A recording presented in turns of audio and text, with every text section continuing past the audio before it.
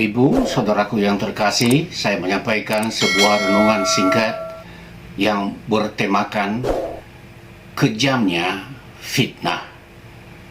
Saya membacakan satu ayat firman Tuhan yang diambil dari kitab Imamat pasal 19 ayat yang ke-16. Dan nama dari perikop ini adalah kudusnya hidup. Demikianlah firman Tuhan. Janganlah engkau pergi kian kemari menyebarkan fitnah di antara orang-orang sebangsamu. Janganlah engkau mengancam hidup sesamamu manusia. Akulah Tuhan. Saudaraku, inilah firman Tuhan yang disampaikan oleh Tuhan dengan perantaraan Nabi Musa.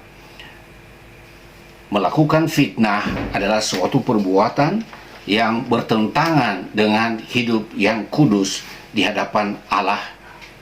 Di sini juga ditandaskan bahwa fitnah itu mengancam hidup sesama manusia.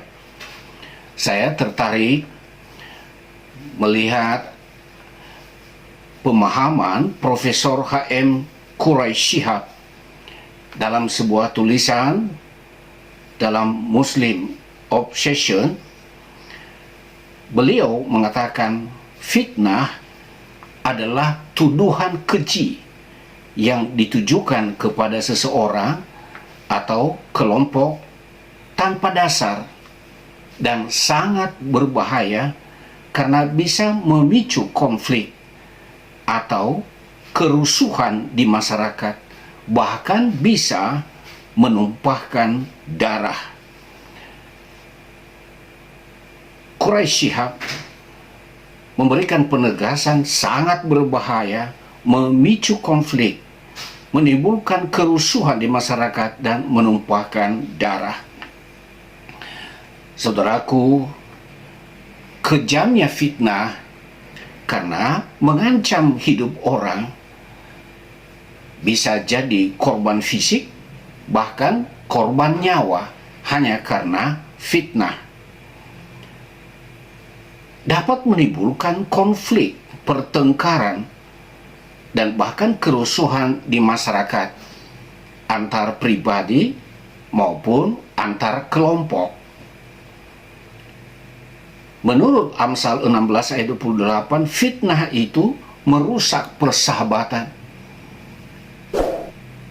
Hubungan baik yang terjalin lama itu bisa rusak hanya karena fitnah, sehingga merusak hubungan keluarga dan juga merusak nama baik seseorang yang difitnah.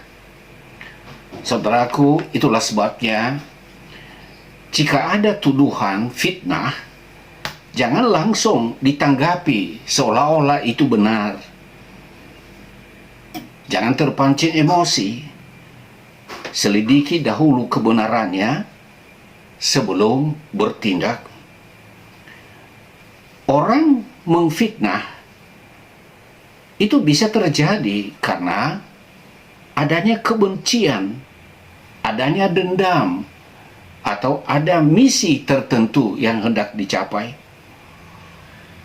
Orang memfitnah bisa juga karena kekecewaan, karena ada suatu harapannya yang tak terpenuhi.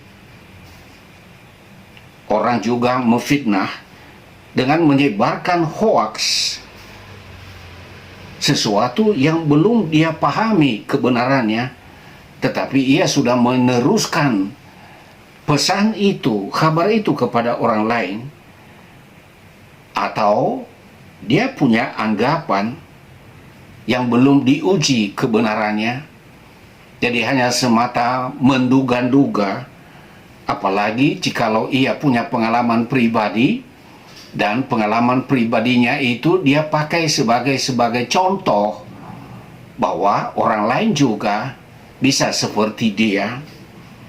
Saudaraku, orang yang difitnah, jika ia masih hidup, ia bisa memberikan penjelasan ia bisa membantah.